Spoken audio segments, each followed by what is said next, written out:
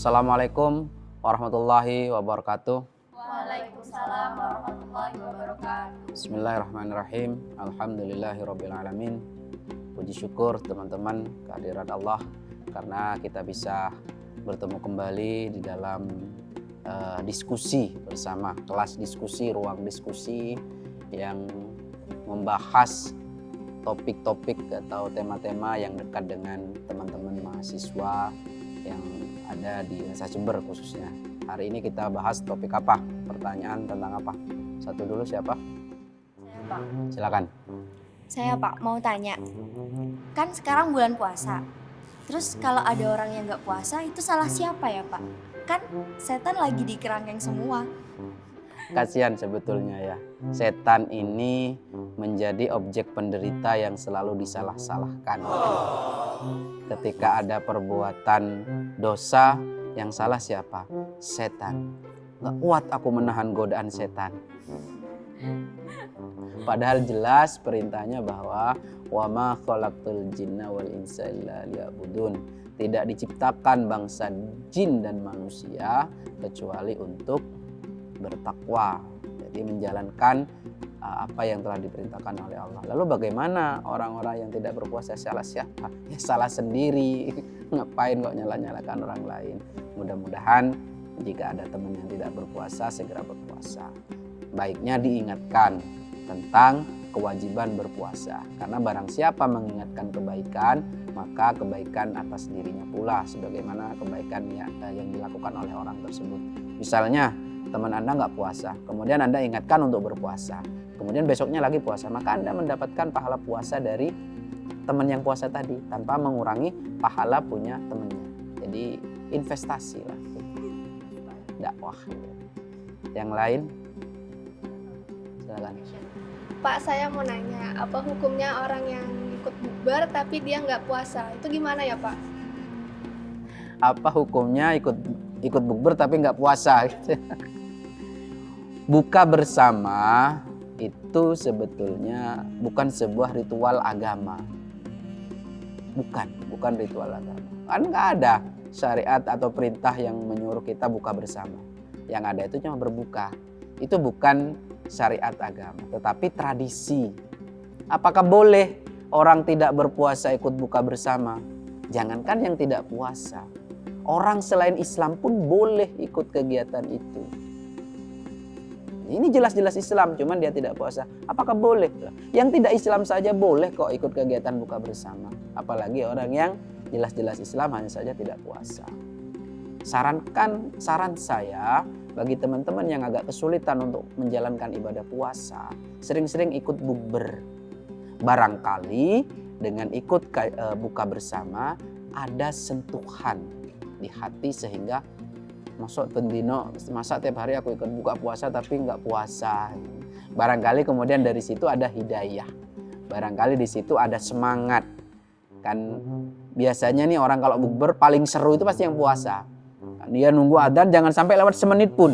Jangan semenit, 1 detik harus pas. Wow. Kalau yang dia pura-pura puasa tapi nggak bukber ketika Allah biasa dia. Adzan wis. Ayo kalau yang puasa itu ketika Allahu Akbar langsung wah gitu kan. Beda, pasti kelihatan mana yang cuman ya manis-manis bibir ya gitu, dia ikut bukber agar dikira puasa itu pasti kelihatan. Jadi enggak apa-apa, sering-sering, justru harus sering ikut buka bersama kalau yang malas berpuasa supaya dapat hidayah. Barangkali setelah pulang dari bukber mikir, kok saya tiap hari begini terus ya, ikut buka bersama tapi nggak puasa, besoknya saya mau puasa mau nyoba, barangkali begitu. Itu ya. Pak, ini ada pertanyaan dari netizen. Kalau puasa gini enaknya belajar atau malas-malasan? Kan lagi puasa nih. Kalau belajar itu kan jadi gak fokus, terus ilmunya gak masuk. Mending malas-malasan aja gak sih Pak? Dan kebetulan yang nanya ini mahasiswa. Ya, biasanya gitu, mahasiswa atau mahasiswi itu beberapa ya, nggak semua pasti. Ketika perkuliahan jam pertama, misalnya jam ke-0 gitu ya, jam 6 atau jam 5, ngantuk gitu ya. Sehingga ada alasan kan puasa Pak, tidur di dalam kelas. Katanya Pak, naumun so'imun ibadah Pak. Orang yang tidur di dalam puasa itu ibadah. Kalau misalnya orang kuliah juga ibadah. Kalau saya berangkat kuliah Pak, ibadah. Kemudian saya tidur, ibadah lagi. Saya puasa, ibadah lagi. Berarti 3 kuadrat ini puasa saya. Jadi ketika di bulan Ramadan, semua itu dilipat gandakan. Pahala dilipat gandakan. Pahala sunnah dilipat gandakan sehingga pahalanya setara dengan wajib. Menuntut ilmu, belajar itu adalah salah satu perkara wajib. Menuntut ilmu. Ada wajib, ada yang fardu ain, ada yang fardu kifayah. Jadi menuntut ilmu pada prinsipnya adalah ibadah. Belajar adalah ibadah. Sehingga lebih baiknya, lebih afdol di dalam Ramadan, di dalam puasa melakukan hal-hal yang kebaikan. Salah satunya adalah belajar. Jadi bukan belajar buka puasa gitu. Jam 12 aku tak belajar buka puasa, gimana caranya misalnya dicicip-cicip gitu. Jadi bukan alasan untuk bermalas-malasan. Kalau di zaman Nabi ada satu Ramadan itu justru bertepatan dengan musim perang. Jadi kalau zaman Nabi malah lebih ganas lagi gitu ya ujiannya orang Ramadan, orang berpuasa itu.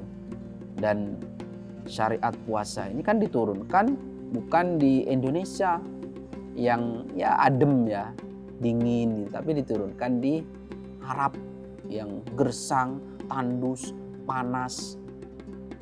Kayak ya kalau di sini kan panasnya masih dikit-dikit gitu ya.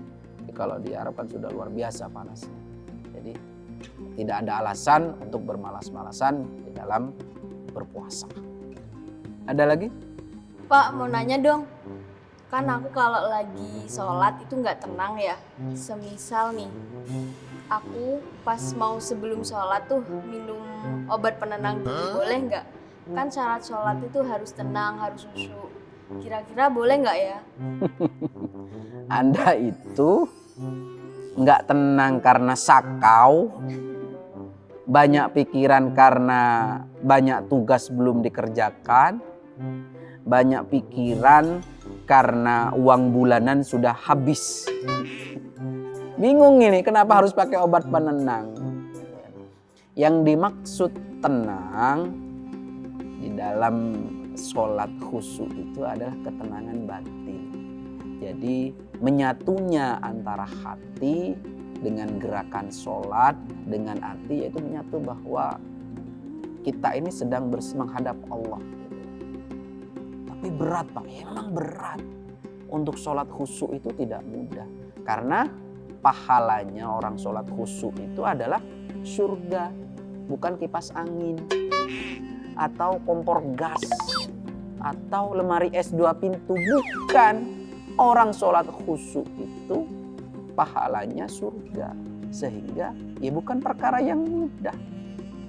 Lalu bagaimana Pak kalau kita minum obat penenang? Biar kita tenang. Tenang itu belum tentu khusyuk. Malah tidur Anda tenang. Itu sirup. Jadi ketenangan.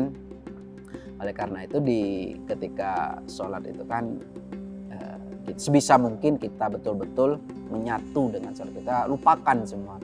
Tapi masalahnya seringkali ketika sholat Allahu Akbar, sesuatu yang kita simpan lama, kita itu mencari-cari nggak ketemu, tiba-tiba ingat, loh iyo, gitu kan? Oh iyo, itu kan kadang ada bisikan-bisikan dari setan untuk menggoda kita supaya kita tidak khusyuk. Dalam sholat pun kita masih memikirkan dunia, apalagi di dalam dunia, gitu. Jadi nggak perlu minum obat penenang, bukan ini sakau apa maksudnya gitu. Ada lagi? Udah? Cukup ya diskusi untuk kali ini. Mudah-mudahan nanti kita lanjut diskusi dengan topik dan tema yang berbeda. Ihdinas siratal mustaqim. Assalamualaikum warahmatullahi wabarakatuh. Waalaikumsalam warahmatullahi wabarakatuh.